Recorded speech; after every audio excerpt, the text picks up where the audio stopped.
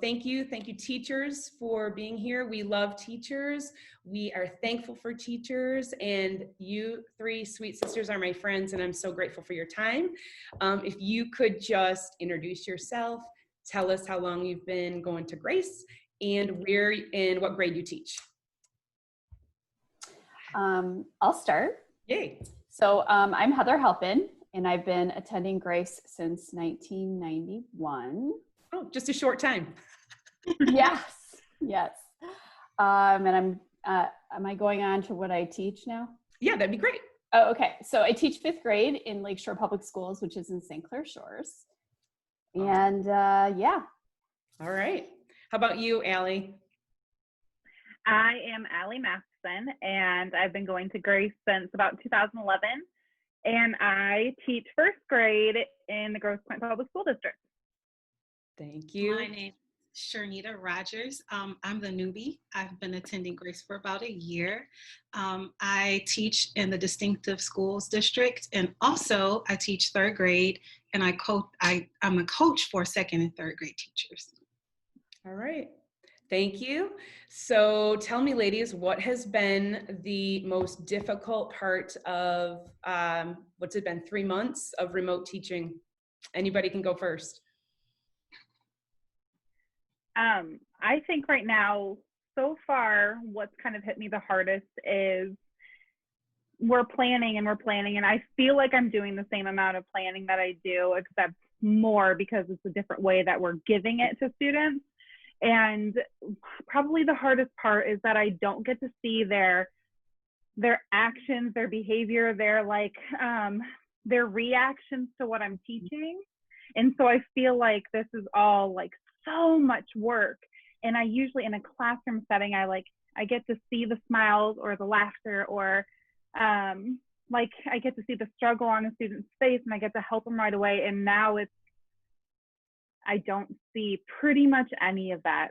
Like, maybe a parent will reach out to me, but the parents are the ones that are walking alongside their children now so much more than I get to. So that's right now that's been the main struggle for me, is just doing all the work. But I mean, it's pretty amazing seeing the students' faces when you teach them. So I'm missing that 100%.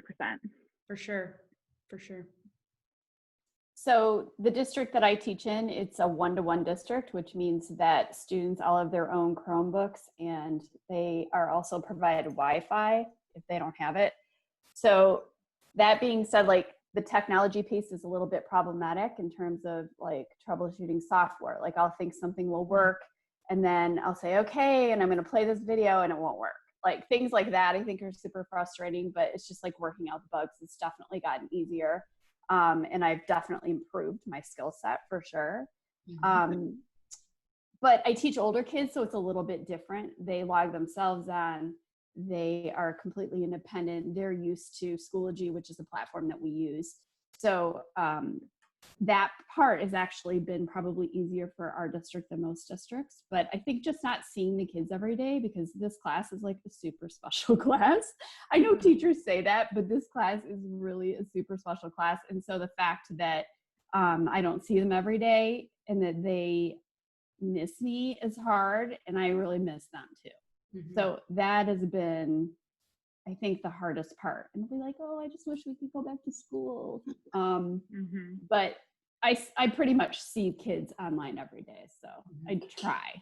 Yeah, it's just it's not the same, like Allie was saying. Yeah, not being able to actually see right away their, progress or their face or their, yeah.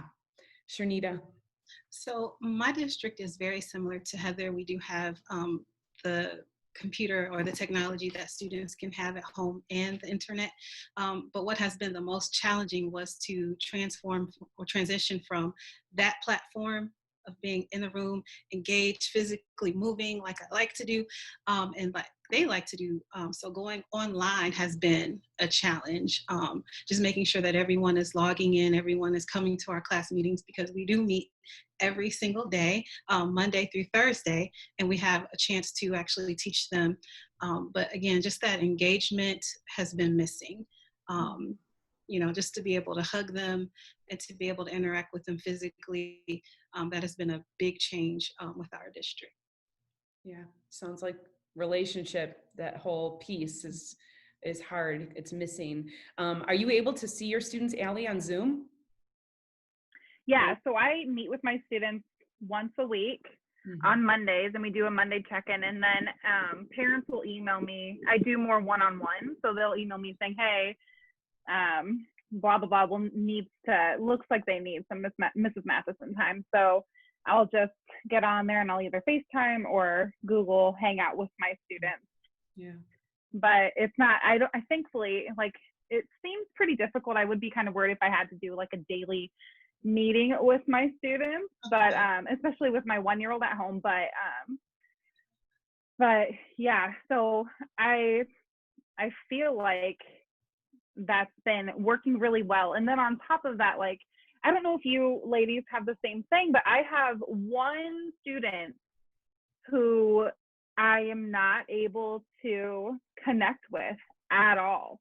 Like at all. So like maybe I've emailed and talked to parents maybe once or twice, but if I was in school, she's such a sweetheart. And if I was in school, we had that relationship going, and it's just so crazy for it to just drop because the parents they've been dealing with COVID, and they've been dealing with a car accident in their family, and so many things that they just don't have and both the parents are working full time.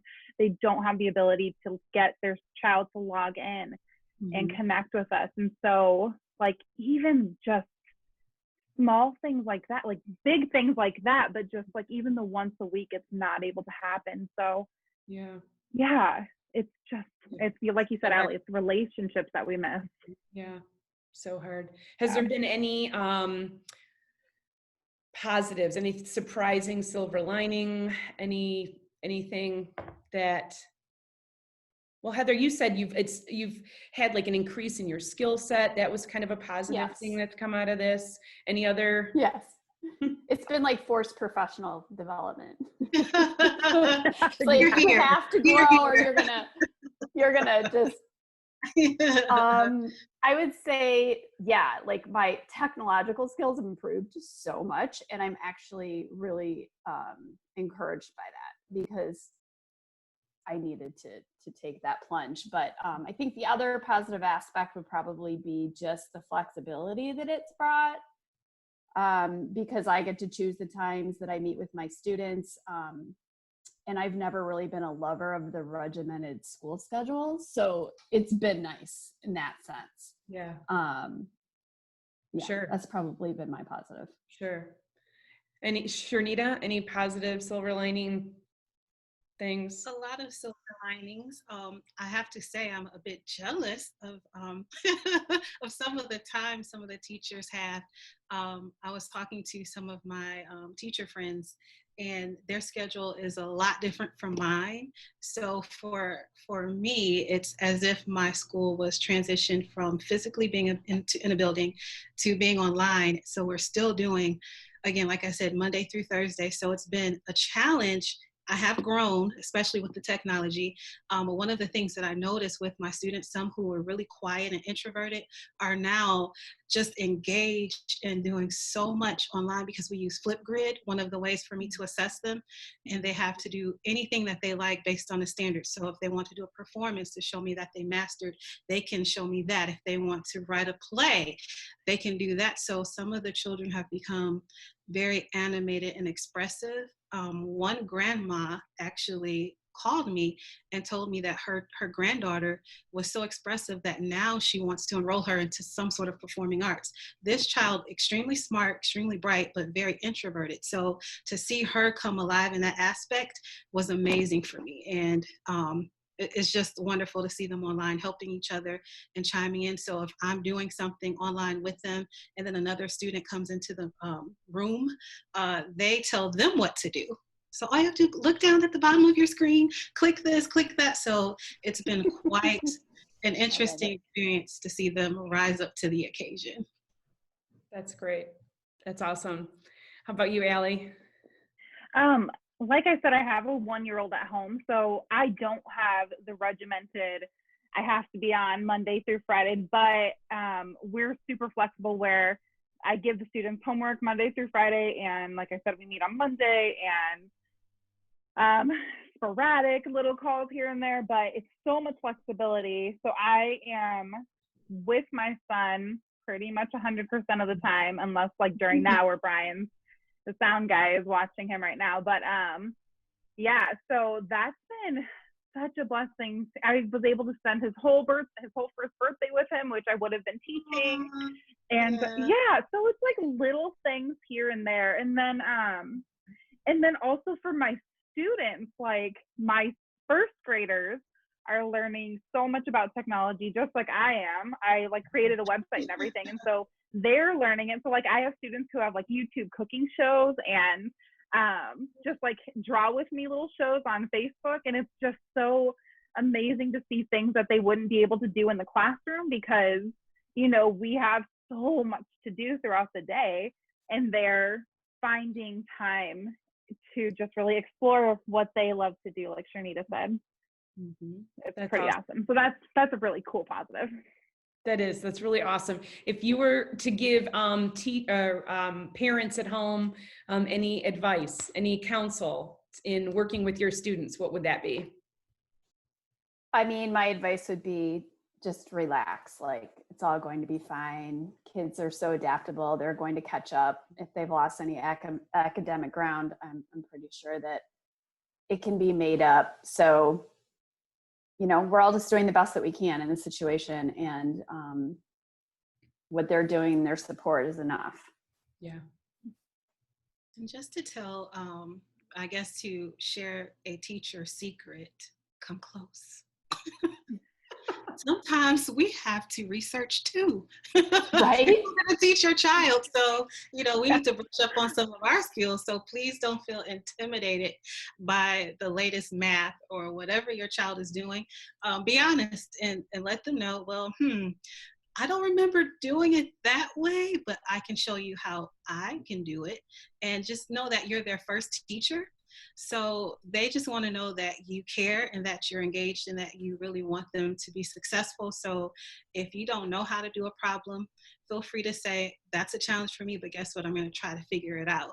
And think about those teachable moments. Sometimes it's not just about a lesson that's in a book, but it's a lesson that you're teaching every day, especially since they're with you. So like Heather was saying, relax, they'll be okay. Just embrace those teachable moments.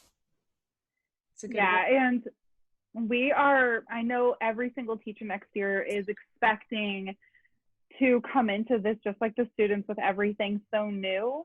And so we already are expecting to reteach and to re-go over things that might have been missed. So don't worry, it's going to be okay. Yeah, Like, right. we got this too. Like, this is new for us, it's new for your students, it's new for you, but we're all going to go into next year like knowing that every single person is in the same boat right now.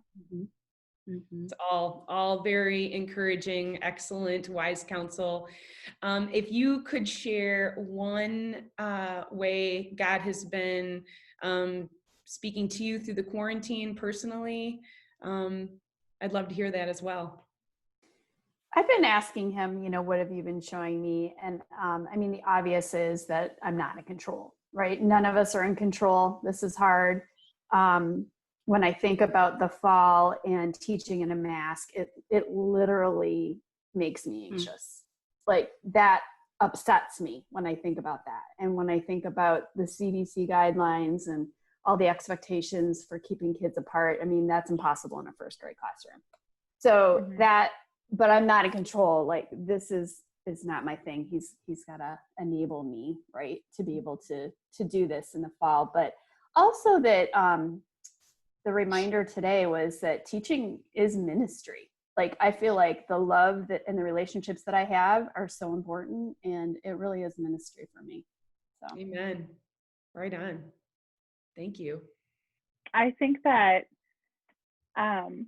when I was in high school, like trust in the Lord with all your heart, Proverbs, was like my go-to, you know, and he kind of like brought that full circle right now where everything I'm doing, I'm like, okay, so this is super new. So trust in the Lord, trust in the Lord, trust in the Lord. Like I keep on, it's like going on repeat in my mind right now because everything is just so brand new and just like, you know, we brought up the CDC orders for next year, what they recommend. And I teach first grade and I'm like, there is no way, like no sharing, no sharing. Like that's what we teach, like Right. share.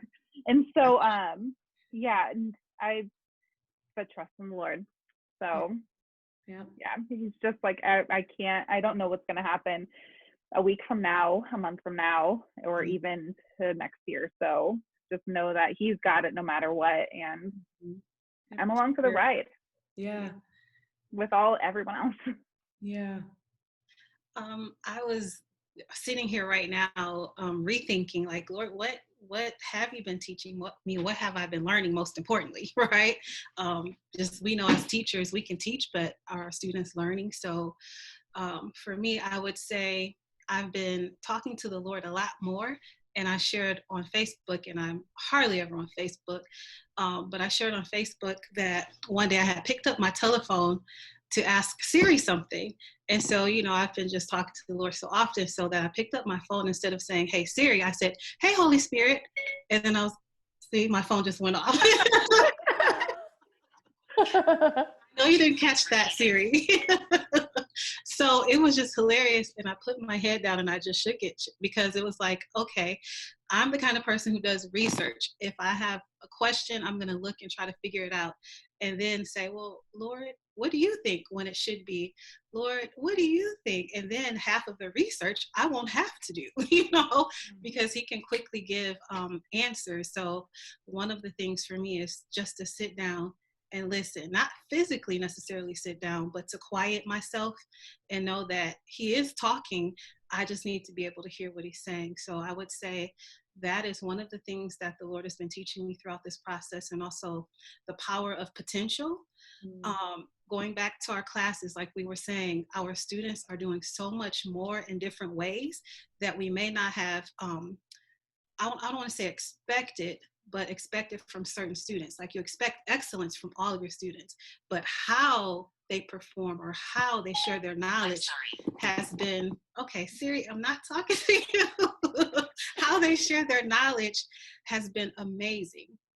So just realizing the power of potential and rediscovering those things that I used to love doing that I still can do. So it's been a really thought-provoking season for me. Yeah, that's great. Thank you so much. Lastly, what are you looking forward to this summer? A break. I'm looking forward to a break. Again, I'm not complaining. I'm excited that my school has gone head on into getting all of this done. And we've been working extremely hard to make sure that our students are engaged and that they're learning. I would say I'm looking forward to just being able to not log in and not to be on a computer. I think I need to change my prescription. Be able to relax and enjoy nature, enjoy just being. So Yeah. I'm looking forward to that. That's great. I am definitely looking forward to the break too. I'm obviously at a different place than you are, Allie, but I'm taking like a digital education class this summer. I'm sort of looking forward to that because I feel like I'm a little bit of a dinosaur when it comes to technology. So I'm going to be taking a class this summer, and I'm never excited about taking classes, but I am excited about this one because I think I may need those skills coming in the fall because we have to up our game. And I also am really looking forward to being at my cottage this summer. So, a little piece of heaven. Little piece of heaven on earth. Thanks, Heather. What about you, Allie? I am looking forward to not having my email go off at like, I don't know, starting at 4 a.m. all the way until midnight. Yeah. So that's really exciting to me. And just being able to like the lady said, just take a break, step back, and get away from my computer. I've never used my computer so much. I'm like, oh gosh, I hope it's gonna last, but it's fine. Yeah, and just being able to really like 100% put my time into my family, watching Benjamin grow and take his first steps and doing all that stuff without like a little ding on my phone going like, hey, this person doesn't know how to log in still after 3 months, you know? Like, so yeah, so really, really looking forward to that. That's awesome. Well, I really, really appreciate your time. I would love to pray for you teachers before we depart, but thank you for sharing your advice and your encouragement to all those who are going to listen in. So I just thank you, Heavenly Father, Lord God, for these wonderful teachers who devote so much of their time to their students. Lord, I just pray over this summer that you would refresh them, restore them, give them rest, give them peace.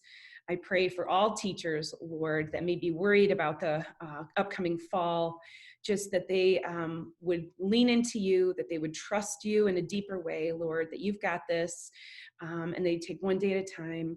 I pray just that your will be done on earth as it is in heaven. And again, thank you, Lord, for these sweet sisters and all the work that they do. I pray a blessing over their classrooms and over their families. In Jesus' name, amen.